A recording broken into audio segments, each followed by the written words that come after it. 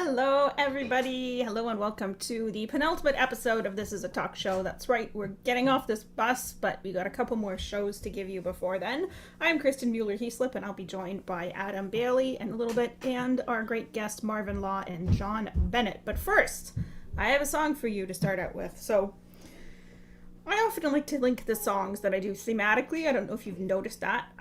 Usually it's thematically in terms of subject. Like, here is a song about, like when I did the thong song, I put it with a song with a lot of sexual subtext, a French song, and stuff like that. But this is probably the first time that I feel like these songs are linked, like, musically. Like, they're the same sort of song, even though they are, like, what's the right word? Very separated in time and space. So I'm going to start out. I'll let you ponder that when we get to the last one. So just put that in your head and keep it right there. Because I'm going to start out. This is also, I think, the first time I'm going to sing in Italian on the show. First and last time for everything. I've done French and German and Hungarian even one time. But this is our first time we're going to have some Italian. So this is Vaga Luna che in argenti by the great Bellini.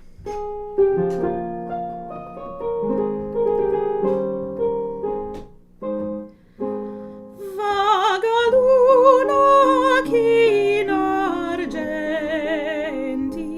queste rive, questi fiori, ed inspiri agli elementi il linguaggio dell'amor.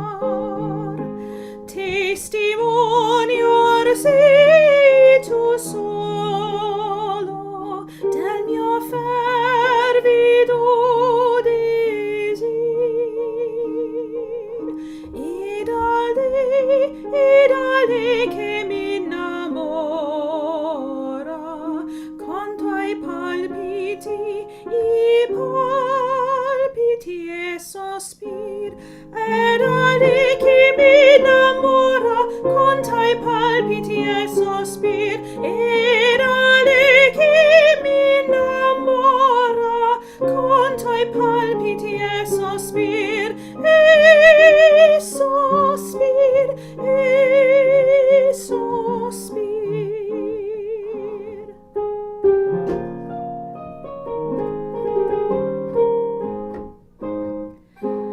Dili pur che lontananza il mio duol non può lenir, che se nutro una speranza, ed ai sol sì, ed ai sol nell'avvenir. Dili pur che giorno e sera, con dolore del dolor, che una speme lusinghiera mi conforta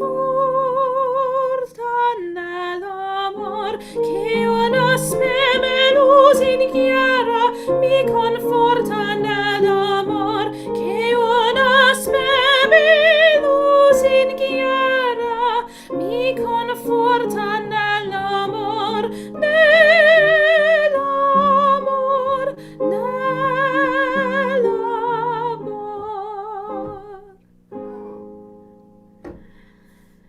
And now, with all of our latest hot topics, I bring you Adam Bailey. Hello, and thank you for that beautiful song, Kristin. And thank you all for joining us this afternoon for our penultimate episode of our pandemic series. This is a talk show. We thought with the Delta variant fading away and everyone getting their vaccines that we could, claim endemic with our next episode. But as of today, we have the Omicron thing coming down the line. So who knows? Maybe we'll be back. I hope we're not back. But we do have a lot of big entertainment news to start off our week this week. A little bit sad to begin with, however, because the one, the only, the great Stephen Sondheim has left us at the young age of 91. This man brought us musicals such as Sweeney Todd, Into the Woods, a funny thing happened on the way to the Forum, West Side Story, Company, Merrily We Roll Along. This man is a legend who influenced the shape of Broadway for half a century. He is an icon, and today we mourn his passing. And thank you, Stephen Tontime, for all the memories that you have given us. Here's to the ladies at lunch, and here is to you. In other tribute news, Adele did a concert this week, and it was on everybody's tongue. She did it in front of the Observatory in LA, and I just thought that was an amazing tribute to the one, the only Sarah Lynn. And I promise that's my last inside baseball joke for BoJack Horseman fans, but I cannot look at this concert and not think that. In other news this week, entertainment, Will Smith has written a new memoir, and it's a bestseller right off the bat. And here's Will Smith right here, very handsome Will Smith. This memoir is filled with so much information that some people might consider it to be too much information. Will Smith shares with us the TMI that back in the day, before he got with Jada, he was having so much casual sex with so many different people that he started developing a reaction to all the sex that he was having, a very kind of negative, guilt-inspired reaction where on orgasming, he would start to retch and sometimes even vomit. And I gotta say, how much sex are you having to have that reaction? That blows my mind, because as a queer person who went through that gay second adolescence that we sometimes have, I had a pretty rocking 20s too, and I did not have enough sex that I needed to gag or vomit on anybody. And also, how powerful is Will Smith in the Hollywood machine that he could be sleeping with a ton of different people, some of whom he was vomiting on, and that information never got out. I mean, he became famous in the 90s. That's 30 years of no one coming forward to tell us that Will Smith vomits on the people he has sex with, until Will Smith told us that Will Smith vomits on the people he had sex with. And we had Me Too happen 3 years ago. What is going on, Will Smith? I mean, I know that Hollywood can keep some sexual secrets, but this has got to be in the top 50, if not the top 5. That's pretty impressive. Unfortunately, it does mean that, Will Smith, I find you less attractive than I once did. Speaking of actors that I find less attractive than I once did, let's talk about the QAnon shaman.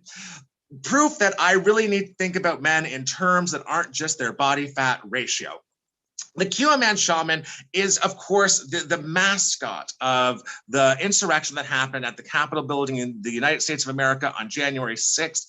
And this professional actor and even more professional doofus, he had his trial finished this week, and he was sentenced to 41 months in a federal prison for his part in the insurrection and organizing it.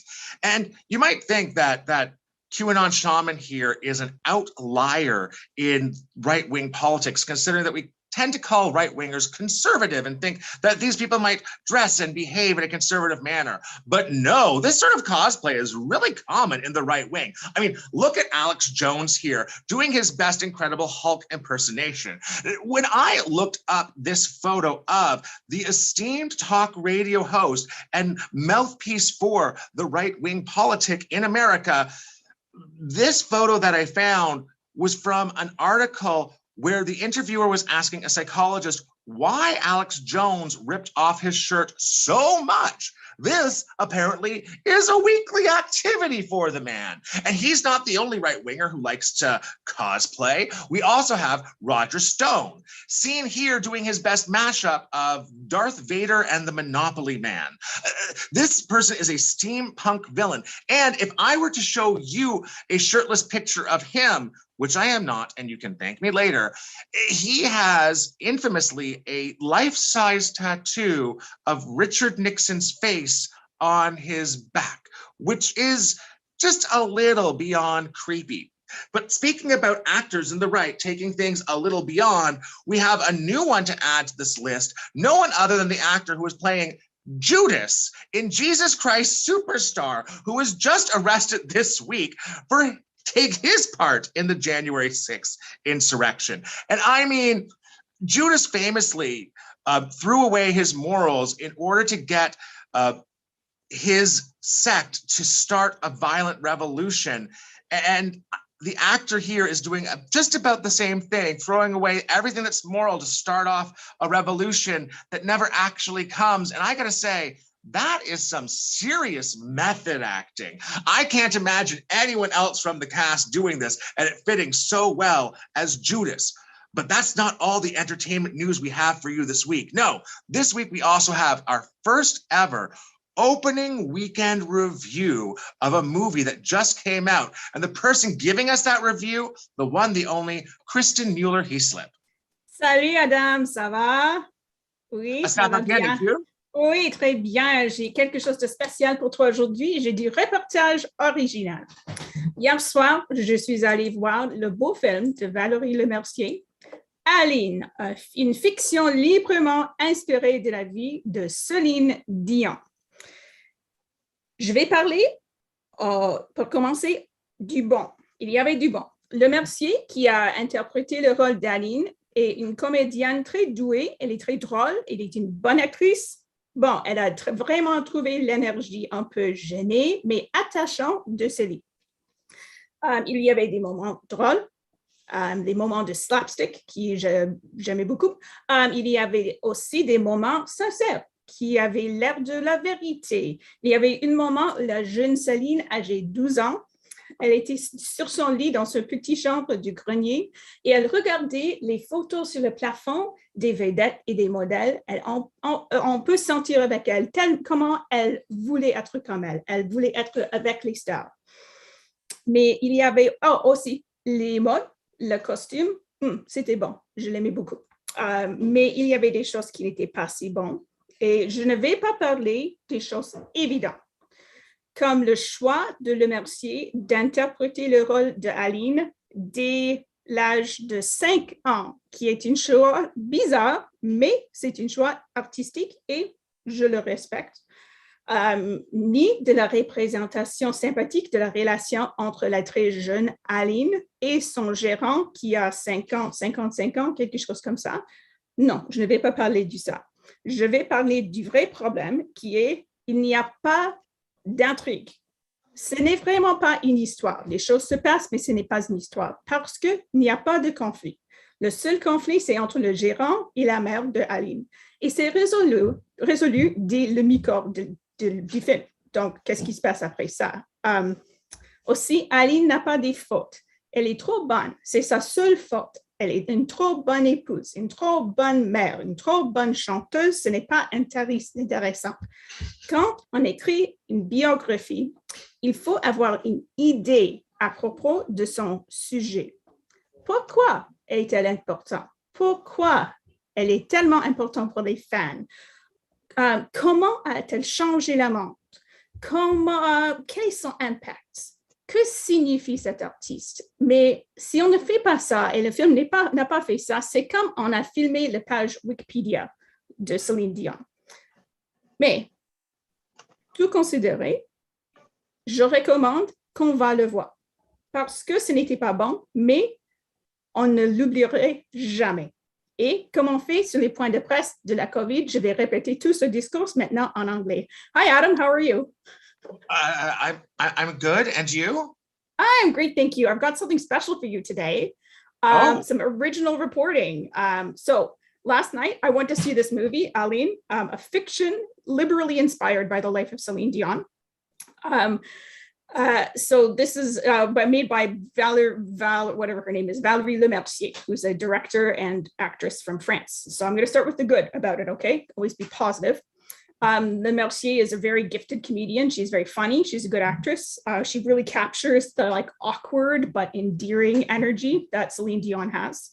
There were some really funny parts of the film. There was a bit of almost slapstick, which I really liked. There were some really sincere moments which rang true. Like there's this one part where 12-year-old Aline / Celine, whatever you call her, is in her room staring up at her ceiling where she's pasted photos of different stars and models, and you can feel how much she wants to be like them. She wants to be up there with the stars.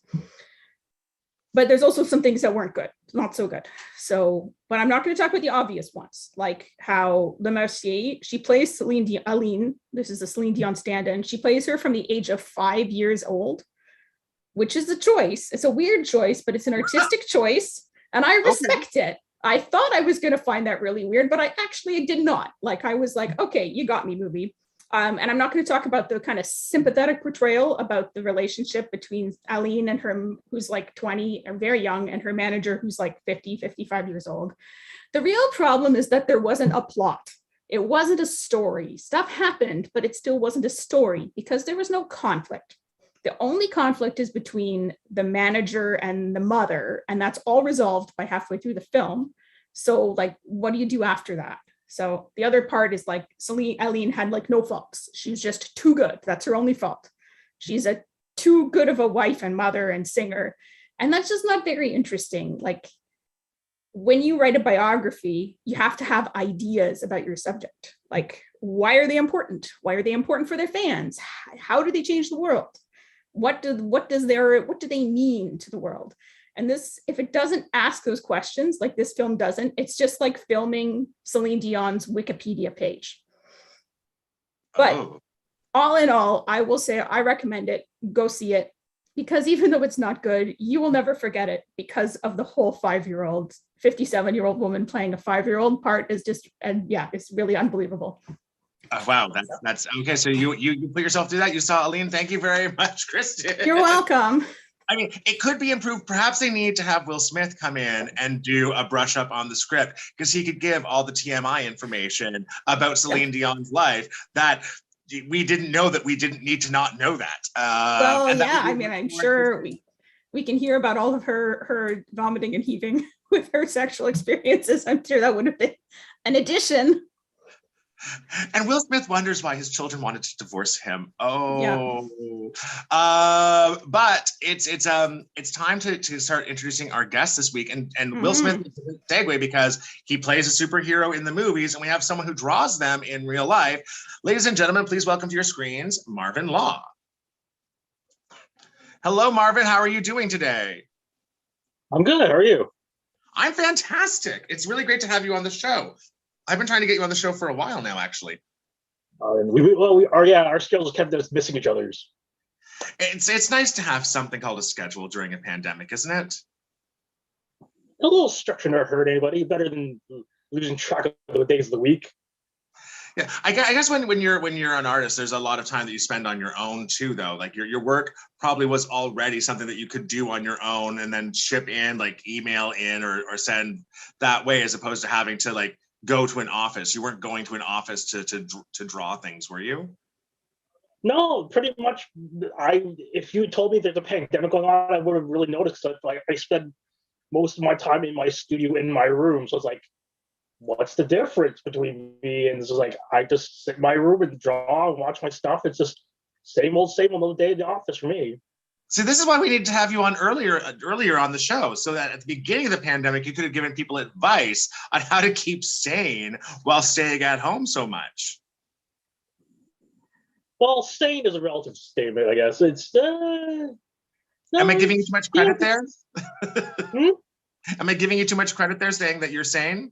You might be. You might be overstepping that one a bit. Sanity has never been very easy. It was very, very. Yeah, I would never declare myself as being sane. Well, I've had many an evening with you, and I know that your insanity is only ever delightful. So it's great to have you on the show. And now we're going to talk a little bit about your comic work. I'm really happy to have you on. I think our 4th visual artist on the show, so I'm really excited to have you here. I'm going to show one of your pieces that you sent in to us right here. I believe that this is a picture of Shazam. Yes. Yeah. Shazam. Yes. And one of the interesting things about this is I don't think I actually realized that his name was an anagram. An acronym? Yeah, it's an acronym, yes. An acronym. Is it an acronym or an anagram? It's an acronym. I was about to come in and correct you. It's an acronym. I had no idea that his name was an acronym for all these different strongmen throughout history. Yes, it was. Yeah, that's it. Pardon? No, it's been like that since the very beginning. Actually, they were trying to connect his. Shazam is an interesting character because he's that weird bridge between old world magic and modern day things. It's like you look at all the heroes being listed on there in his name, they're all pre-Christianity. Oh, that's And right. so True. he harkens back to a time period that is before when magic was different, and then so his connection is more towards the old world. So he has an interesting mythology behind him. Oh, neat. Well, I mean, my favorite thing about him, and we can show the next slide too, is that he's kind of hot.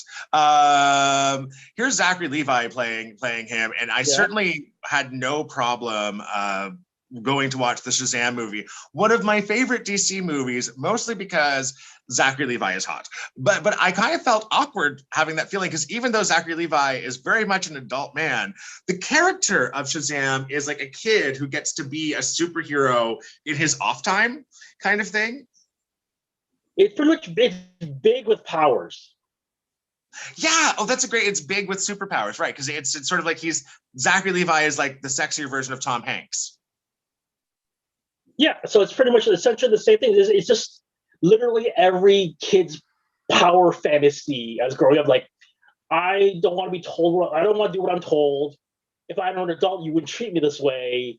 So, kid has powers of a god, literally. So it's literally the most childlike power fantasy you could ever have. It's like, kid gets powers beyond human comprehension, and he still has the mentality, the innocence and comprehension of a child. So it's an interesting thing. It's like it opens him up to the world of being like he's too pure for the world, and that's one of those things where it's like he views things like if you put Shazam with the Batman is pure pessimism and pure cynicism, and Shazam is pretty much childlike innocence, looking at the world like everybody's good until you prove him wrong. He views everyone as being good. Hey, I wish I still have a bit of that kid in me who believes that everything is good. I certainly like this power fantasy over the Alex Jones power fantasy that we got to see earlier. I'd rather have more Shazams and less people trying to be the Hulk. But Shazam is something that someone else created. I wanted to look at some of the things that you were more in on the ground level with. So I went and I brought up some of these. The Adventures of Aurora Man. What is this? This is a Canadian comic book by a writer and creator named Jeff Burton. I've contributed to this a few times. He's it's a Canadian-born character. I think Jeff is a teacher who hails from Saskatchewan, and most of the character is based on the visual aspects are based on him. Yeah, it's a Canadian. Almost all the creators that work on the book, I think a majority of them are Canadian artists and creators too. So he keeps it very much homegrown. Canadian content. And I love Saskatoon. So the fact that it's about a Saskatoonian teacher, I'm all there for that. Saskatoon is a great place. Yeah. So I think they deserve to have a superhero as much as Toronto deserves to have Zachary Levi running around in red spandex once every couple of years. Saskatoon deserves to have this hunky bear be a superhero. And is he a superhero? It looks like a superhero with the title. He is. Yeah. No, not everything you do is superhero based though, because you also there's an anthology series that has used your talents too. And I love a good anthology series. Tell us a bit about this. Oh, Strange Romance. Yeah, we have a story there. There's a character we created called Zip Kramer. Zip Kramer, savior of the cosmos. And it's pretty much the anthology that was there. The theme of it was bizarre romances. It's sort of like.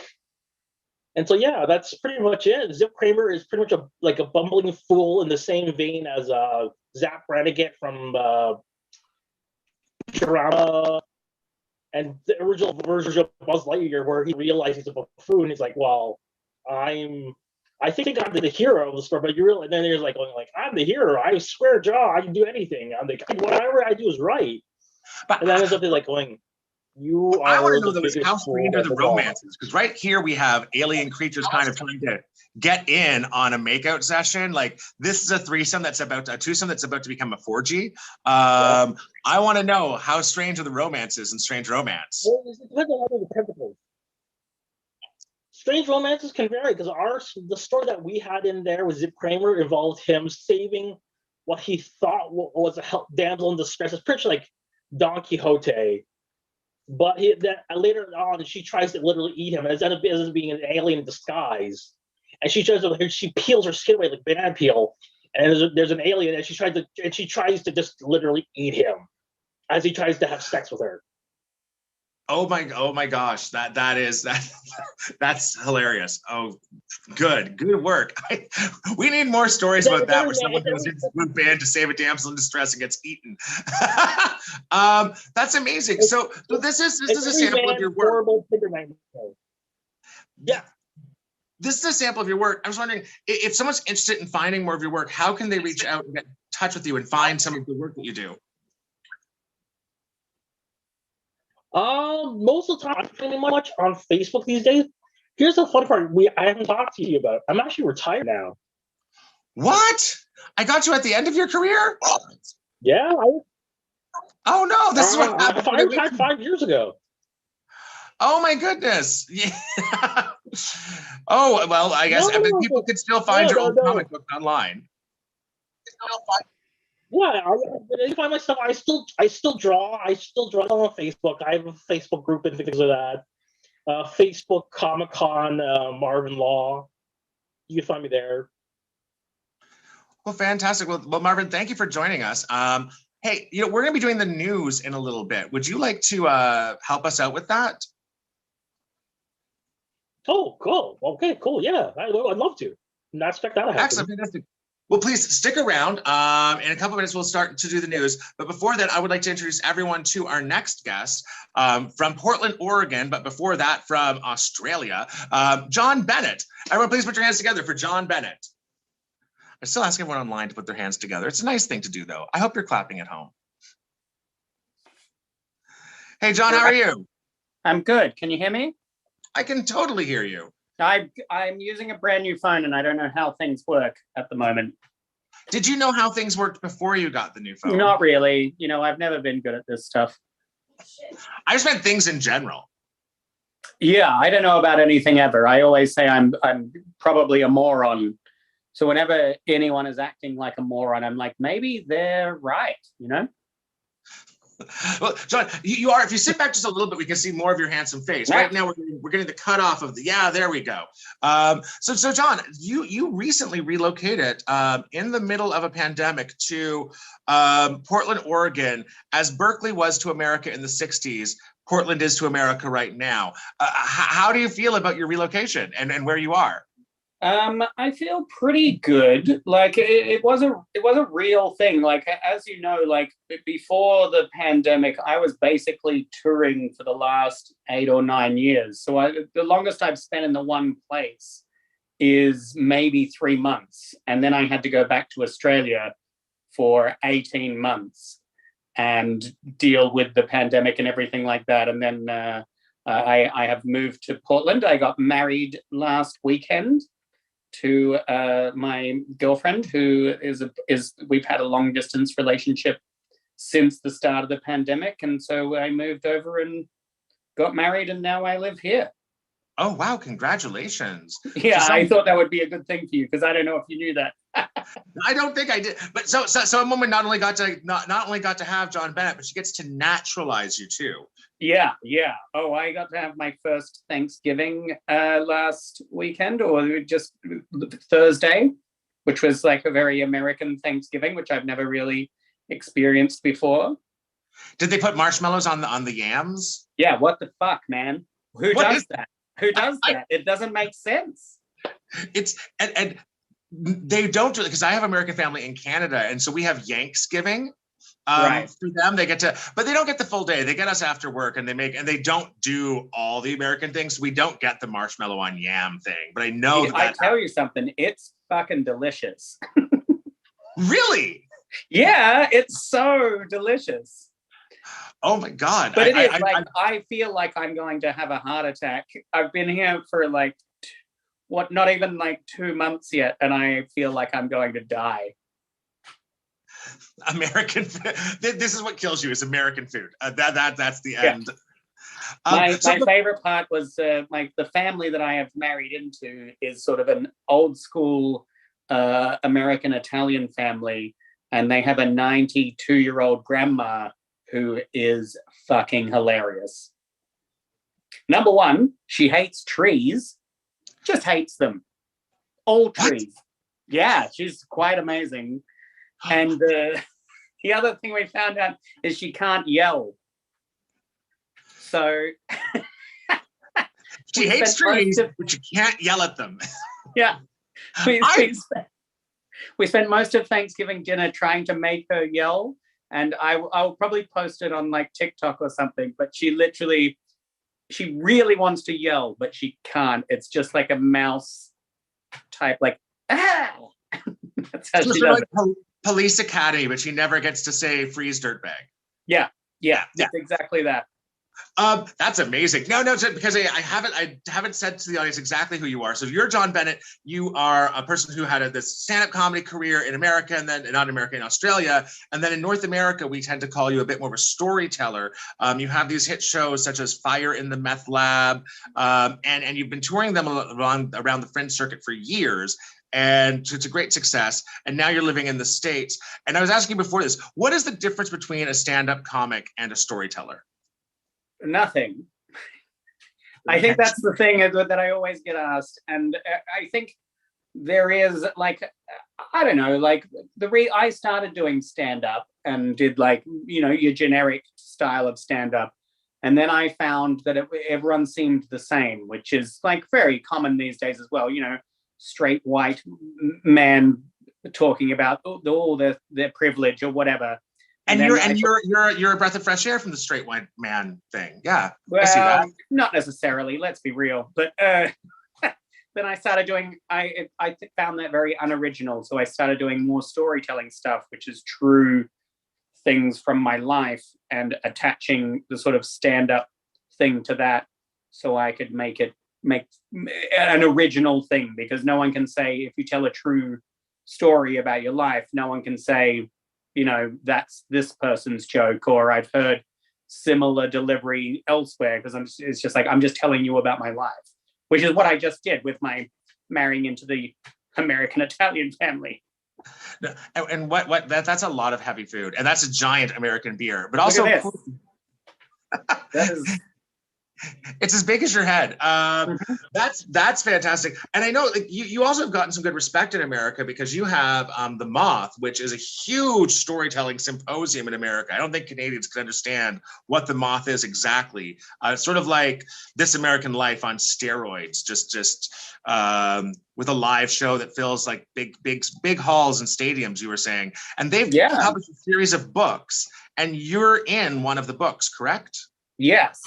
I think it was 2 years ago I was published in the Occasional Magic Moth book, which is like their 6th one or something like that. But yeah. Well, I don't find you occasionally magic. I find you magic every time. Every time we get to hang out, Jon. Now, before we move on, is there anything that you're doing coming up, or any way that anyone watch this, if they wanted to follow you, that would be the way that they would be able to do that?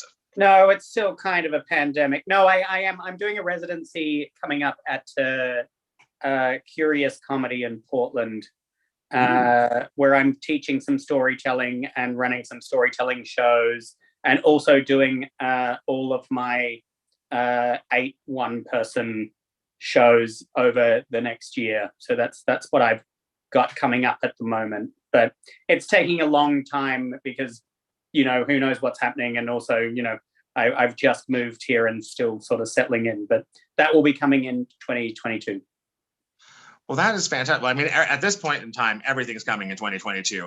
Yeah, I need this Christmas to be as big and as traditional and as gaudy and as capitalistic as any Christmas I've ever had in my life. I do not want a small, thankful Christmas. I want like overcrowded malls, and I want giant Starbucks Christmas coffee things with whipped cream on them and all of the calories. And that's what I want right now. Yeah, no one cares about anything. We're just trying our best. My American wife, our Christmas tree, all of our ornaments are food products. So the Christmas tree, it's this beautiful Christmas tree, but we've got like burritos, like French fries, pizza, milkshakes, ice cream. So all of our tree is just like the worst, but also best foods. They really are going to kill you with food. That is the plan. They really want to get all like that Jon Bennett money. They're going to kill you with food. I'm scared. Like I have a pain like just below my ribs, like 23 hours of every day. just take the small version of something, which is still the large version of something, and you can't do it. You can't do it. Jon, we have a lot of American news stories coming up. Do you want to stick around and do the news with us? I don't know if what are we doing? It's a news rundown. It's something that we do at the end of every show. Would you like to do the news with us? It's just the headlines that we've bumped into this week, and we want to have a chance to talk about them with you. Okay, I can do that. Excellent. You know what? Maybe. Let's bring back Marvin and Kristin. We can all do the news together. Okay. Fantastic. Hi, Kristin. Hi, Marvin. Marvin. Come on, Marvin. Ask to start video. There we go. Yes, it is now time for... This is a news segment where we talk about only the most important and pressing news stories of the day. As always, we expect this to be a very serious and informative occasion for all of our listeners and panelists. So let's jump right into it with our very first story. Sweden's first female prime minister quits hours later. So here in Canada, we had Kim Campbell, who was our first female prime minister for, I believe, a couple of weeks. I can't remember if it was 3 weeks or 5 weeks or something like that, but this has probably got to be a record. Magdalena Andersson's government lost a budget, which is a confidence vote, as it should be in any sensible parliamentary system. And she just was like, this is enough, I'm out. So maybe let's ask the panel, how fast have you quit a job? And is hours a record you can beat? I've never really had a job. Have you ever walked off stage? No, but I can say that Australia has had the same thing, which was very depressing a couple of years ago, where we had our first female prime minister, Julia Gillard, and she did this amazing speech against the opposition party, which is about not accepting misogyny and in Parliament, and did this. It's a beautiful, like, it went viral as a speech. And then lovely Australia, who changes prime ministers, every lunchtime. I had to talk to my friends over here in America and Canada, and they're like, oh, your prime minister did this great speech about misogyny. And I was like, well, she got kicked out of the prime ministry, and the person she was complaining about is now prime minister, who was, Tony Abbott, who is the worst prime minister you've ever seen. Look him up. You'll see some amazing YouTube videos about just a terribly misogynistic, horrible man. So she got a couple hours, he got like a couple years. That of course, that's how it works. That's the patriarchy right there. And so she got her little time in the sun, and then was replaced by the man she was complaining about. Oh no. Marvin, what's the longest you've had a job for? I mean, the least amount of time you've had a job for? Well, I think it might have been a few months. But I understand why she probably quit. She was like, you know what? If I can't even get the budget through, this is a war. This is a fight we're never going to win. So I'm just going to step out of the way, and so we can people actually get stuff done. It's brutal. It's terrifying. Oh, I mean, yeah. This is something. Malcolm Gladwell did a thing about this, about how there is when you feel like you're at the end of your rope, you don't know what's going to survive your company, your country, your organization. That's when you try the woman leader. You're like, we've tried everything and we're going to fail. We're going to go down. Hey, maybe we should let a woman lead right now. And that's when they let women lead, is when things are actually like when the ship is on fire. And then they complain, like, as she docks the ship and as it finishes burning down and she saved everyone's life. It's like, the ship burnt down under your watch. And that's how we deal with female leadership in the world. That's like a very common thing. He found all these cases where women were given companies, or like Yahoo, I think, had a woman take over as it was going down. Like, a lot of companies have a woman going over as they go down. I mean, Kamala Harris took over the presidency for an hour and a half while Joe Biden had a colonoscopy. That happened this week too. So. Well, it hasn't quite gone down yet, but Time will tell. That colonoscopy will tell. Moving on from failures in female leadership, our science segment, news from space. So first of all, NASA plans to put a nuclear reactor on the moon within a decade. So the idea is to have a power plant on the moon, which will power their moon stuff that they've got up there. I blanked on the name for the NASA, the rover, the moon rover, or whatever it's called. So thoughts, do we think it's great? And what, like, should we make, I really thought maybe a solar panel would have worked better because half of the moon is exposed to the sun at all times, but you know, what do I know? Nukes on the moon, thoughts? I don't know. Like, why don't we fix things at home first? Why do we have to do everything on the moon and outer space these days? Let's fix things here, you know? Well, I mean, the moon was nice. maybe there's a good thing that can come from this. Like, I don't know, what's the moon stuff other than the rover? How much power does the rover need? I don't know. Full nuclear power? I believe we did a story on people storing sperm on the moon. Do you remember that, Adam, a while ago? It was like genetic material to be stored on the moon because in case of disaster. Well, that I'm down for. No. But and one of the arcs that they build, Yeah. one of the seed arcs that they build, the last one in Greenland, because of polar ice caps melting, it actually it cracked. So they're putting one of the arcs on the moon so that a bunch of seeds and sperm and stuff can be safe up on the moon, so that aliens can reconstruct humanity. We can recreate those plants or creatures from their seeds. How are they choosing whose sperm gets to go to the moon? Well, because I'm down for it. Imagine if you could imagine being around and being like, guess what? My jizz is on the moon. Imagine being able to say that. You're already the king of the party. That's what Will Smith says every time before he throws up on a woman. His sperm is tainted by his spew. Marvin, how about you? Like, what superheroes would nuke the moon? Oh, geez. Nuking the moon is just a terrible idea to put things up there. Like, especially if the effects the moon has on our gravity and things, and weather patterns. If you knock the moon off its orbit, bad things will happen to Earth. So I'm like, that's a horrible idea. But if the sperm and the nuclear power get together, then you could have a new character to create. Yeah, I don't know. We can bring you out of retirement with Sperm Moon Man. Sperm Moon Man. That name needs some workshopping, Adam. We named our talk show. This is the talk show. What was that? Seaman. Seaman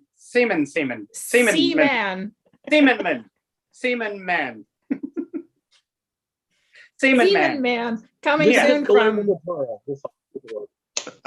Good God. Seaman Moon. Seaman Moon. There we go. Coming soon from Dark Horse Comics. All right, now some animal stories. I always like to give a choice to the panel what we talk about. So North Carolina town is besieged by hungry armadillos. Climate change is driving them northwards. It's getting warmer in North Carolina and the armadillos are moving in and they're a pest. Or we can talk about lack of whale poop has a major impact on ocean ecosystems. So over the past 200 years, people kill a whole lot of whales. And apparently whale poop is important for fertilizing the ocean. So what do you guys want to talk about? Invasive armadillos or a lack of whale poop? Marvin, this is yours. You get to choose. Let's go with the lack of whale poop. Okay. And what would you like to say about the lack of whale poop, Marvin? You set yourself up. It's interesting. I didn't realize that it was such a valuable item for the making of vegetation for in the ocean floor. Didn't realize that part. That's interesting. It's the circle of life. Yeah. Yeah. So I thought there'd be enough sea life for them to generate enough poop themselves or to help the fertilization of things down there, but I guess apparently not. It's very strange. Mm-hmm. Well, apparently it doesn't float either, which is good to know. Well, I have a theory about this. Okay, let's hear it, Alex Jones. Yeah, I'm Alex Jones. I don't like it. But it is possibly a more Alex Jones theory, which I don't believe in. Like Adam might know, I love whales. I love nature. I've seen a lot of whales. That's what I love to do. I love going out into nature and seeing things. But with global warming, right, what's happening? Seas are rising. So we're all against whale hunting and taking the whales out of the ocean. But if we took all the whales, the largest mammal in the world, out of the ocean, the sea levels would go down because they're taking a big thing out. And the sea levels would go down, and we'd protect all the little islands that the global warming and rising sea levels are affecting. Well, that is Sweden needs a new prime minister. Yeah. My prime ministerial slogan is just going to be "Get rid of the whales." Fuck the whales. Yeah. Bennett 2022. Fuck the whales. Fuck the whales. On that note, this is actually a follow-up story.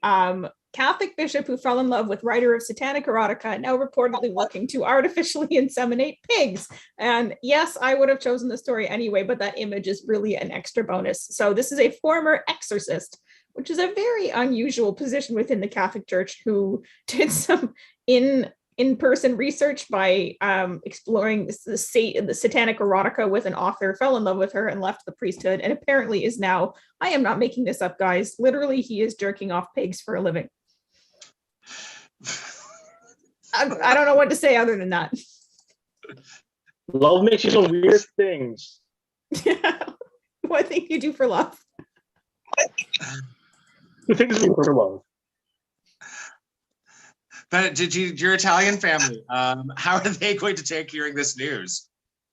What do you mean? What? Well, I'm just assuming that all Italians are Catholics right now, but this is pretty serious news for the church that they have priests leaving the church to follow Satan and jerk off pigs. Like this is my upbringing is my dad is a minister and also a pig farmer. So as a child, this is true. I had to see him sometimes, like, not jerk off a pig, but like help it enter another pig. I don't know why I'm telling you this. Oh my God, we have actual real world experience with this on the show. And you know what? I used to feed the pigs as a little kid, and every now and then I would like slip on like this massive gelatinous pig jizz, because they would just jizz everywhere. They get so excited that they're getting fed, and then the males would just like and jizz, and it was slippery. I'd slip on it every now and then. All right, that's enough for me. Oh my God. I'm in love with having learned that. I did not know. Wow. Pigs got so excited that when they got fed this is both the opposite of you and Will Smith, because they got really excited by food, which we've learned is no longer the case for you. And instead of throwing up when they ejaculated, they ate when they ejaculated. Oh my God. Wow, bringing it all together, Adam. That's amazing. This is what I do. I create structure for other artists. This is how I move through the world. Marvin, anything that strikes you about this story before we move on? Well, the former priest is just exercising the poor pigs, help exercising their demons. It's fine. Pigs have demons too. That's a very positive spin on it. I like that. If we ever do merch, Kristin, we need to. Pigs have demons too. Pigs have demons too. Marvin, you can create the artwork for the shirt. Yeah. Little pig with devil horns. All right, we do have one more animal story, which I put on its own. Dog phone will let dog use phone. What a terribly written headline.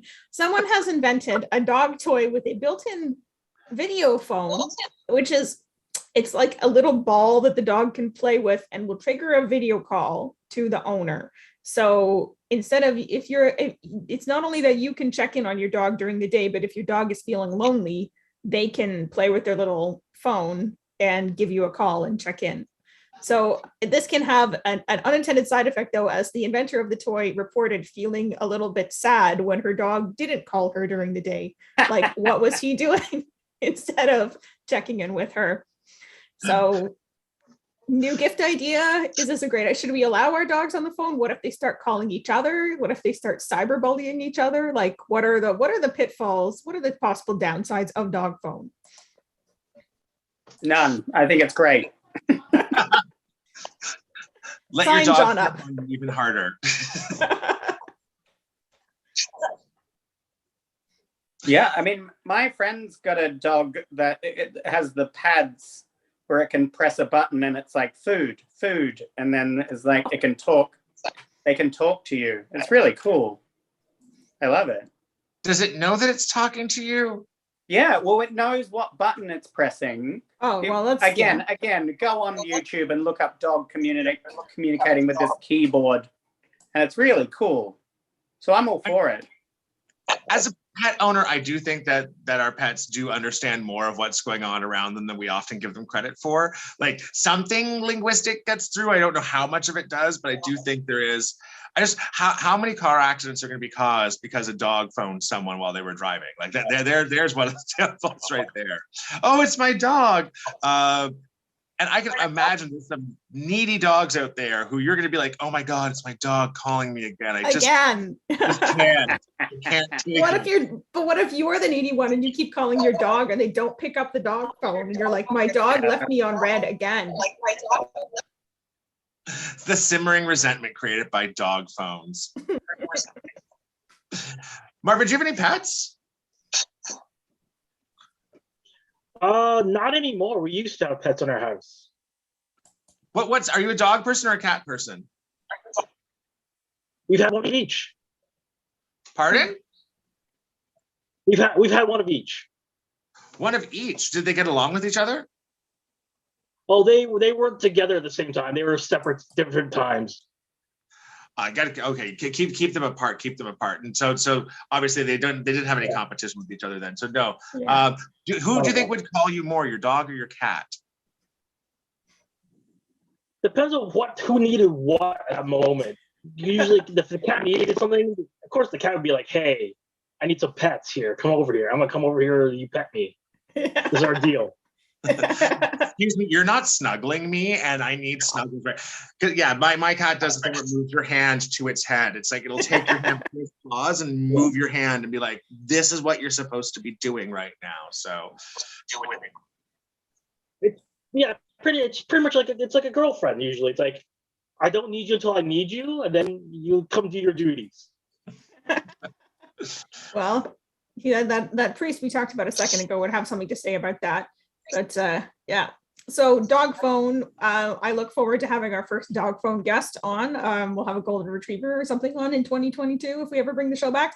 But here is a really, really amazing story that I can't get enough of. Walmart pulls children's toy that swears and sings in Polish about doing cocaine. So apparently what happened is this company created this educational toy, which is a dancing cactus. So it plays a song in English, it plays a song in Spanish, and for some reason it also plays a song in Polish, but the song that they picked in Polish is like a random Polish rap song about being depressed and doing cocaine. And this was discovered when a Polish grandma in Mississauga bought this for her grandchild, and it was like, what the fuck? And she went on the news, and actually there's a really funny video of her demonstrating it. But yeah, I mean, thoughts from the panel? Would you buy a sweary Polish cactus for the child in your life for Christmas? Yeah. Yes. Amazon. How can I find this swearing Polish cactus? I need, like, for a kid, I need it for me. Yeah. I want to know if that product is sold out now. Is it like, surely after this article, it's like, there's many people just like me who are just like, I need that. Yeah. And maybe in more than one way, because it sings to you about being depressed and doing cocaine. And I think if you're the person who might buy this toy and also the sort of person who might do cocaine, you might need to be reminded that cocaine use is just a sign of depression, and you need to be less sad, not more coked up. Or maybe you just want a buddy to do coke with, and you turn on your Cactus and you groove out to the song, right? Because who speaks Polish? Not that many people, you know. Cocaine people who like to take cocaine visiting Poland could buy that thing and just play it to people if they don't speak Polish, and then they're like, yeah, that's how you get your hookup. They'd be like, you are sad, here is cocaine. Yeah. Right? That one was one over the line for Marvin. No, it's fine. It's fine for me. I'm just trying to figure if you reprogram to have to customize whatever language you want, or horrible things you could add to it, if you could just change it or not. Yeah. It is a really odd constellation of languages, I have to say. Nothing against the Polish language, but it is not exactly like one that, like, there are places, granted, where knowing Polish is a great leg up in life, like I said, Mississauga, Poland. Like, that's about all that I can think of off the top of my head. But as a world language that you want your children to learn, it's maybe not high on the list. But like, kudos to that company for being like, we're putting Polish in the Cactus. Who knows a Polish song? I don't know, find something on YouTube, which is obviously what they did, right? Yeah. I want to know, if only we could look up how well cocaine sales are going in Poland now because of this. They've gone probably good. I think it's a place with some problems, and maybe addiction is a addiction problem. So I'm sure cocaine is a thriving commodity in Poland, but you know, I don't know if it's had an effect on their cocaine sales. All the Polish drug dealers I ever knew always were trying to sell me E. So they've moved into like a better stream of product, less things mixed together, a little bit more money for them. So, you know, I'm happy for the Polish drug dealing community if they've moved from, you know, experimental, throw everything in the kitchen sink drugs to like something with a bit of purity. To like, classic, yes, yeah, classic. Yeah. All right. Well, we always like to end with a feel-good story. So here's a story about probably one of the best problems that I can imagine one could have, which is Keanu Reeves says it's possible he's actually married to Winona Ryder. So Winona Ryder and Keanu Reeves starred together in Bram Stoker's Dracula in 1990 something or other, 1992. And apparently the wedding scene they performed with a real actual priest for some reason. So are they technically married to each other? Maybe, but who wouldn't want to be married to Keanu Reeves? No one. Thoughts from the panel? Winona. Sorry? Or Winona. Or Winona. Both excellent accidental spouses. Yeah. That's a great title for something too. Accidental spouses. Yeah. Sounds like an Adam Sandler film. It does, yeah. Starring Winona Ryder. That just ruined everything. Unless it's one of his weird dramas where like some prestige person was like, I need to do this insane, intense prestige film, and the only actor who will work is Adam Sandler. And you're like, and every time someone does that, it's an amazing movie. It's Uncut Gems, or it's Punch Drunk Love, and you're just like, why? How does that work? And then he's back to playing like Satan's kid brother, like jerking off onto the moon. Pigs. Yeah. Doing what he does. No, this goes back to the beginning of the show. It's just actors not knowing what's going on in their own lives. This is hilarious. Mm-hmm. Could you be accidentally married to anyone, John? You've been in enough shows. What? Sorry? Do you think you could have been accidentally married to someone by some real priest at some point in your life? Oh yeah, I don't know if my wedding last weekend was real. Was Keanu Reeves there? In spirit, yes. Okay. Yeah, No, then he's everywhere in spirit. You know that, right? It's blessed by our Lord and Master Keanu, so it's all good. Keanu. Now, after hearing that story, part of me wants to see Beetlejuice. Oh, right. Yeah, like, are Gina Davis and Alec Baldwin married to each other? Is every marriage that happens in a movie real? Oh, God. That's a thought. What if it were? Oh, that's a great setup for like I don't know, something or other. All film marriages are now legal. All actors are now bigamists multi times over. Love it. Let's do it. I mean, we know Will Smith. Or then all actors would have to be like Kirk Cameron, who won't act with a romantic lead other than his wife. Oh, Kirk Cameron. Yeah. Remember when he was a heartthrob? It's like him and Steve Guttenberg. These are people who used to be considered sexy. And they actually both have that curly hair thing going on. Like people who were sexy in the 80s who will never be sexy again. And it's Steve Guttenberg and Kirk Cameron. That is a club. It is. Well, if only we could bring this back to someone jerking off a pig, but I think we can't. Well, that was all the news that we had. I want to thank everyone for joining us today. Jon Bennett, thank you for joining us. And if anyone wants to reach out to you or see one of your shows or find you online, where can they find you? My name is Jon, Jon, so no H, it's pronounced faster than Johan. Jon Bennett, BENNETT, comedy.com is how you can find me on all the things. Fantastic.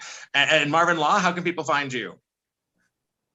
Pretty much the only place I really have social media is on Facebook. So you just type in Marvin Law, LAW, and you'll probably find me on my Facebook account posting up sketches every once in a while. Fantastic. And you can read Shazam and Aurora Man, the Adventures of Aurora Man. And Strange Romances. I want to get the Strange Romances one. Anything that someone like peels off their skin and eats you. That's a great story right there. Thank you both for joining us.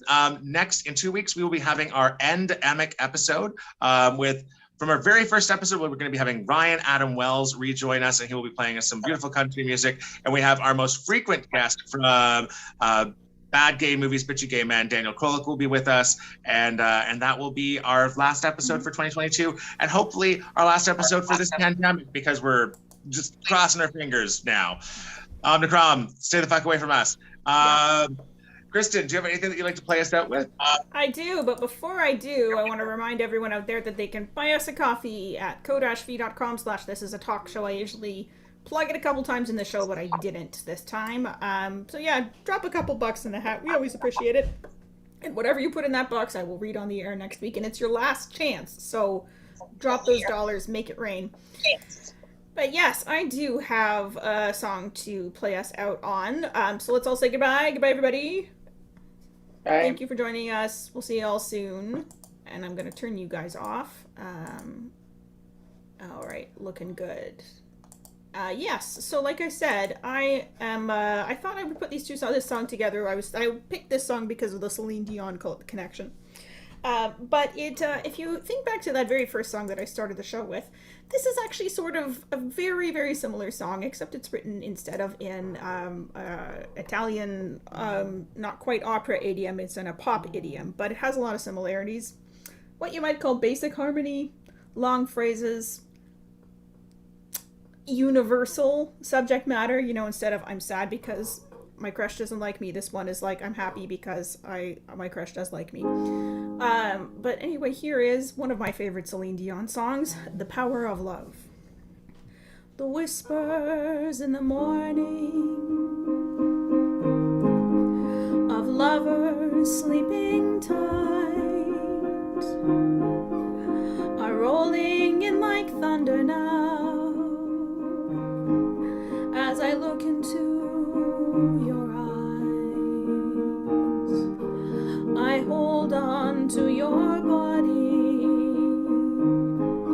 and feel each move you make.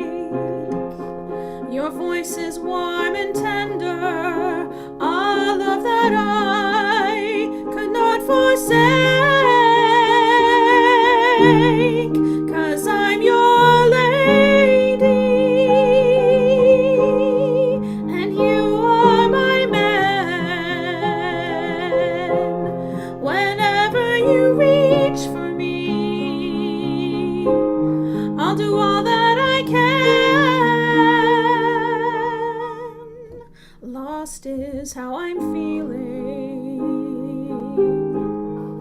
lying in your arms, when the world outside's too much to take.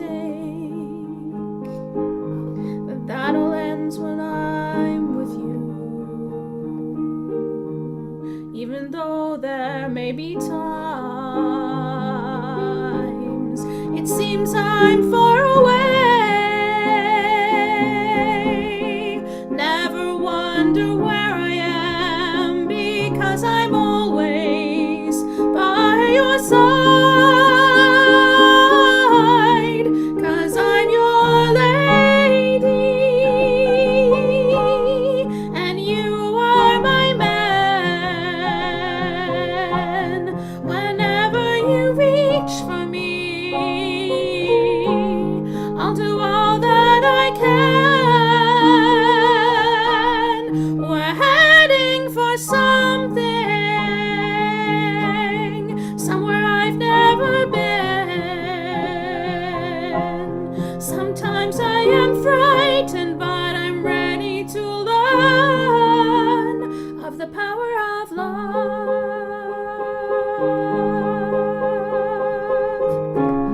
The sound of your heart beating made it clear suddenly.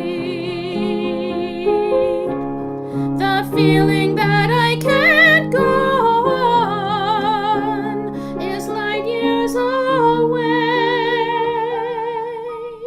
'cause I'm your lady, and you are my man. Whenever you reach for me, I'll do all that I can. We're heading for something, somewhere I've never been. Sometimes I am frightened, but I'm ready to learn of the power of love.